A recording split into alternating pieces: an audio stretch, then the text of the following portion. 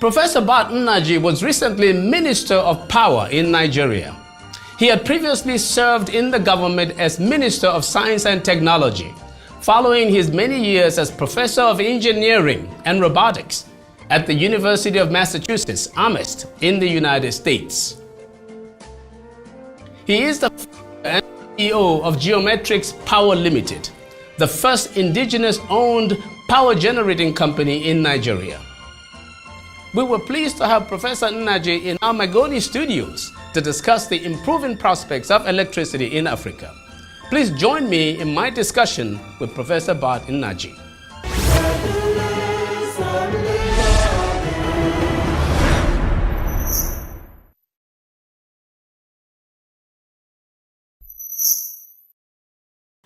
Well, thank you, Professor, for being in our studio. We're very happy to have you.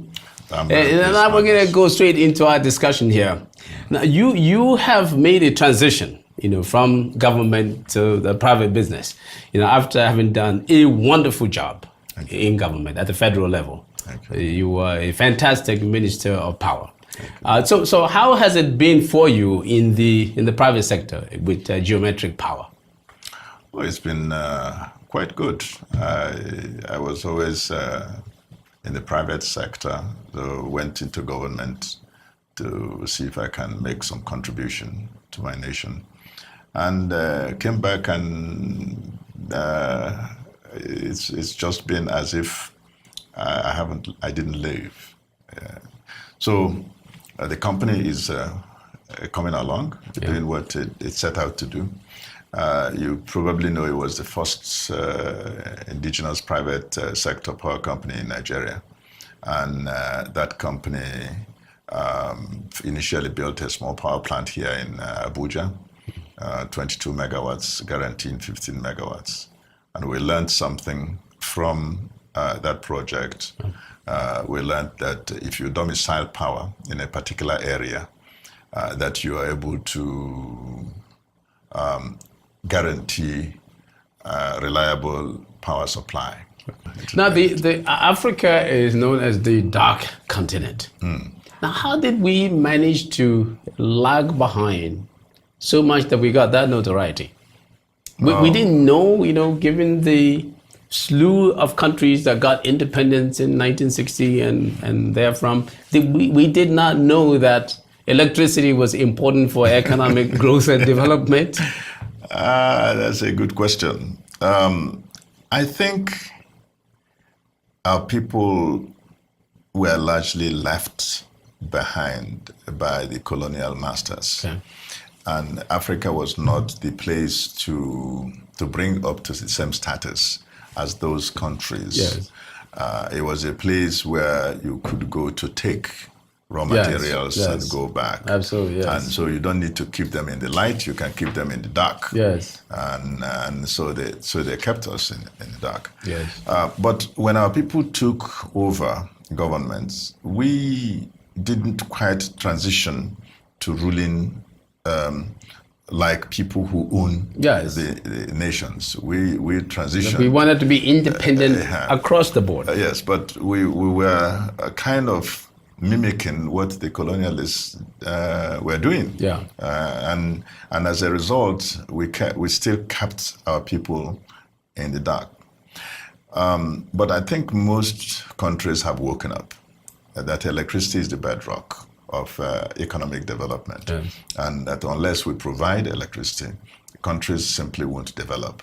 So imagine in Nigeria, for example, that we could add another 5% increase in our GDP if we had electricity. So instead of growing at the rates that we're growing, we could go double digits. If we had how much electricity? How much more electricity? In say capacity. I would say at least 5 times what we have now, at least. And what we have now is what? Because we don't know. We hear about. I'm figuring you're in the business. You might have some general number. No, it's best that more than 5,000 megawatts. No, you mean installed capacity? Yes, installed capacity. It's important to know that you have installed capacity. Yes. you have available capacity, Yes. and you have capacity that you actually deliver. Okay. Okay. So in terms of installed capacity, we have way more than that. We have maybe 12,000 or more megawatts. Because there's one time we added 5 to 5 that we said that we had. Yes. So installed capacity is if you come to a power plant. Yes. What the people who built that plant built it to produce is installed capacity.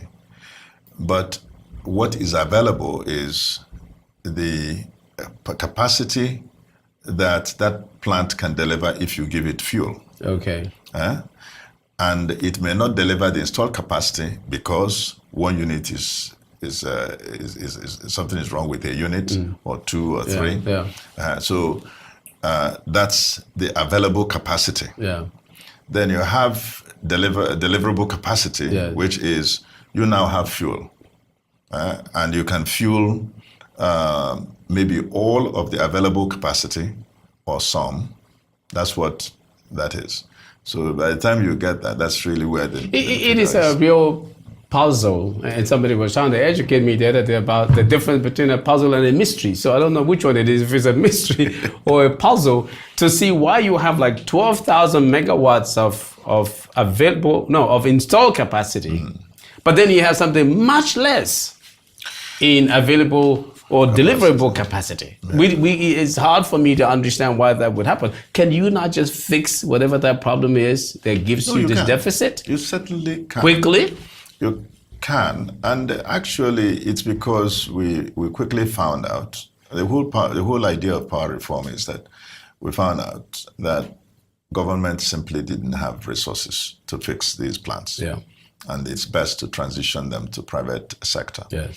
And so the private person would have self-interest in getting all the units repaired. Yes. And getting the plant to all function. Yes. And that's what we expect to happen. Yes. So they will do the investment. Now, that's where you can now say that the installed capacity can be available capacity.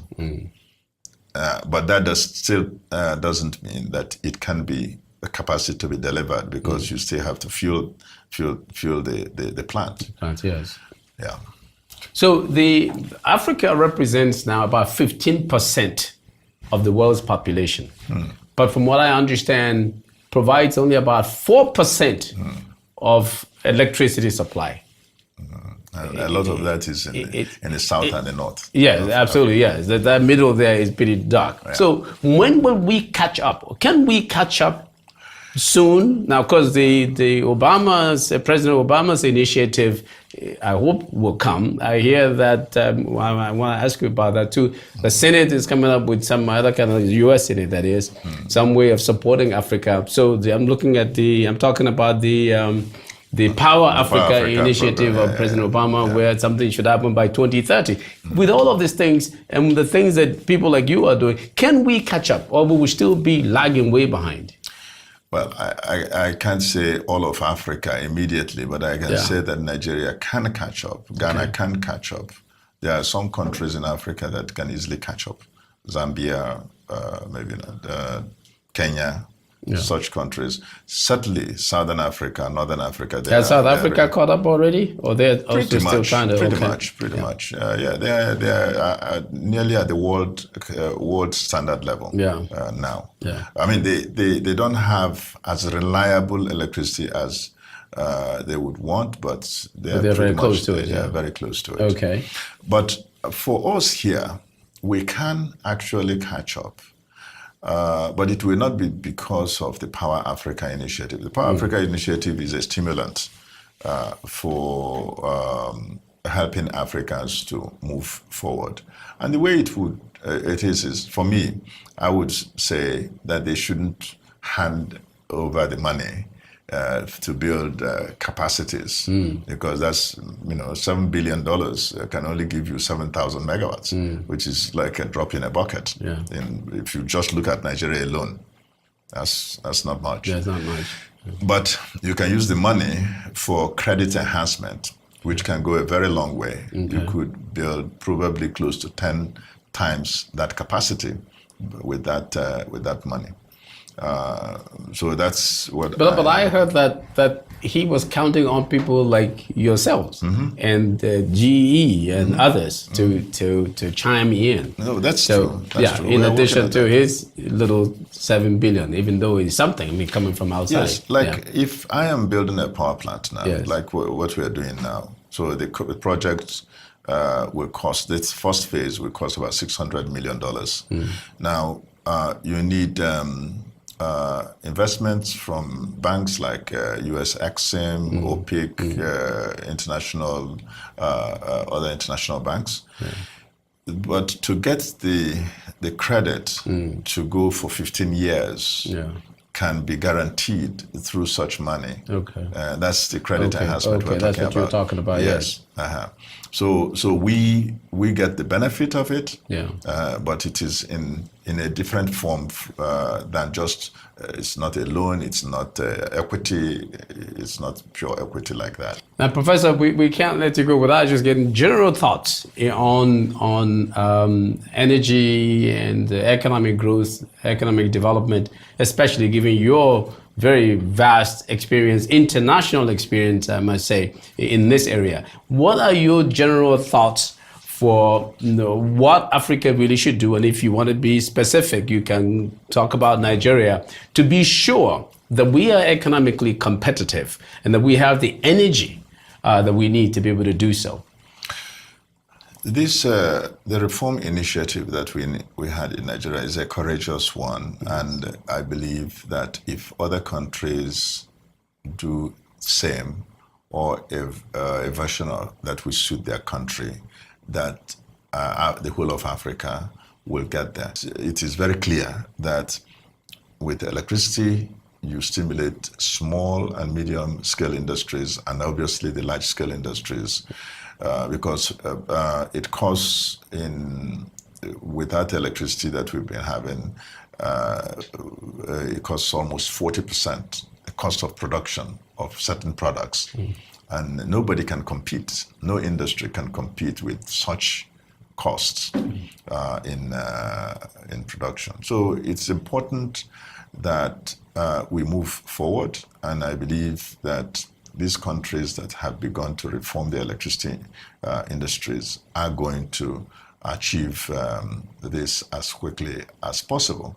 So you can imagine what Nigeria's, with the rebased economy where we are, what Nigeria's economy can be when the small and medium scale industries are able to operate without having to be self-generate electricity. Absolutely. And this is where Africa will achieve what it is destined to be. Because they say the next frontier is Africa. And I believe that sincerely. On that note, Prof, I want to thank you so very much. Thank you very much, Agnes. It's very good to see you again.